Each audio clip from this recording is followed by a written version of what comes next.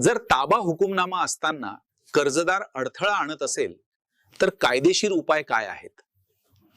नमस्कार. दिवाणी कोर्टामध्ये एक दिवाणी दावा दाखल झाला. त्या दिवाणी दावा दाखल झाल्यानंतर त्या दिवाणी दाव्यामध्ये आदेश झाला आणि त्या आदेशामध्ये आपल्याला ठराविक जागेचा किंवा ठराविक मिळकतीचा ताबा दिला आणि तो ताबा दिलेला आदेश असताना देखील जर प्रतिवादी आपल्याला ताबा देत नसेल तर काय करावे याबाबत सविस्तर माहिती आजच्या व्हिडिओमध्ये जाणून घेणार आहोत. कोर्ट कचेरी या युट्यूब चॅनलवर आपल्या सर्वांचं स्वागत आहे. मी आपला वकील मित्र विशाल गावडे. चला तर मग कायद्याचं म्हणजेच तुमच्या फायद्याचं बोलूया. एखादा दिवाणी दावा आपण मेहरबान कोर्टामध्ये दाखल करतो.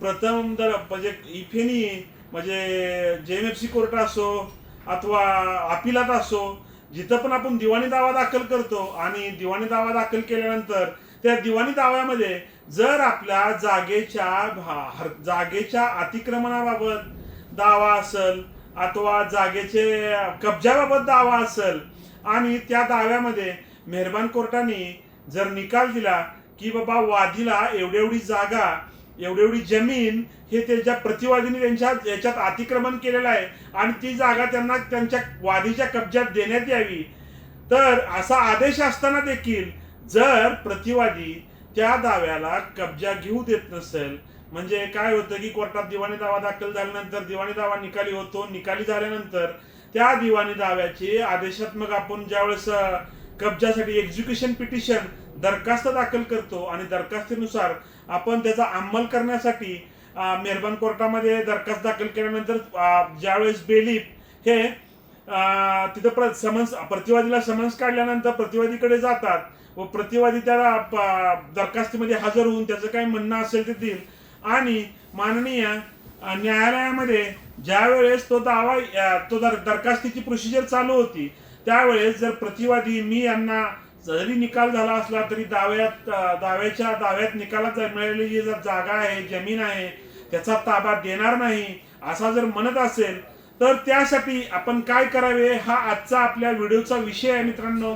तर आपण त्याबद्दल सविस्तर माहिती अशी घेणार आहोत की दावा दाखल झाला, दाव्याचा निकाल झाल्यानंतर दरखास्त दाखल झाली. दरखास्तीमध्ये जर प्रतिवादीला समन्स लागलं आणि समन्समध्ये जर तो कब्जा देत नसेल तर आपल्याला परत त्या ज्या कोर्टामध्ये आपण दावा दाखल केला, ज्या कोर्टामध्ये आपण दरखास्त दाखल केली, दावा दाखल केला आणि दरखास्त दाखल केली त्या कोर्टामध्ये आपल्याला यावं लागेल आणि त्या कोर्टामध्ये असा रितसर अर्ज द्यावा लागेल की बाबा त्याच्या विरुद्ध असा आदेश असताना एक्झिक्युशन पिटिशनचं त्याला समन्स लागला असताना त्या जागेमध्ये तो त्याला कब्जा घेऊ देत नाही, कब्जा देत नाही, तर त्याच्या विरोधात तो सदरचा कब्जा मिळण्यासाठी तो सदरचा कब्जा त्यांनी देण्यासाठी आपण एक अर्ज देऊ शकतो की सदरचा कब्जा देण्याकामी आम्हाला पोलीस प्रोटेक्शन मिळावं. म्हणजे आपल्याला एक प्रोटेक्शन म्हणून 1-2 कॉन्स्टेबल म्हणजे जे काय असेल लेडीज म्हणजे आपल्याला तिथं पोलीस प्रोटेक्शन मिळणं गरजेचं आहे आणि पोलीस प्रोटेक्शनच्या उपस्थितीमध्ये आपल्याला तो कब्जा घेण्यात यायचा आहे असं आपण मेन्शन करू शकतो त्या अर्जामध्ये आणि त्या अर्जावरती मेहरबान कोर्ट आपल्याला पोलीस प्रोटेक्शन सुद्धा देऊ शकतं मित्रांनो. आणि पोलीस प्रोटेक्शन मिळाल्यानंतर त्या पोलीस प्रोटेक्शनची जी काय आपण कारवाई आहे म्हणजे जे काय त्यांच्या ऑफिसला जाणं, त्यांचा जो काय भत्ता आहे, त्यांची काय जो पगार आहे ती पगार भरणं, त्यानंतर प्रोसिजर पूर्ण झाल्यानंतर जो कब्जा आहे तो कब्जा आपल्याला पोलीस प्रोटेक्शन मध्ये मिळू शकतो. म्हणजे दिवाणी कोर्टाने दावा निकाली झाला, कब्जा दिल्यानंतर एक्झिक्युशन पिटिशन मध्ये जर प्रतिवादी वादीला सदर मालमत्तेचा कब्जा देत नसेल तर त्यासाठी आपण पोलीस प्रोटेक्शन घेऊन पोलिसांच्या प्रत्यक्षात हजेरीमध्ये त्यांच्या समोर तो आपण कब्जा घेऊ शकतो, आपल्या हद्दी कोणा फिक्स करू शकतो आणि त्या हिशोबाने वादीला त्या दाव्यानुसार तो कब्जा मिळेल मित्रांनो.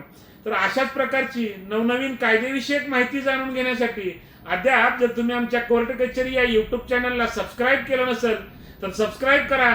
त्यासोबतच कोर्ट कचेरी ऑफिशियल इंस्टाग्राम व कोर्ट कचेरी ऑफिशियल फेसबुक पेजला फॉलो जरूर करा.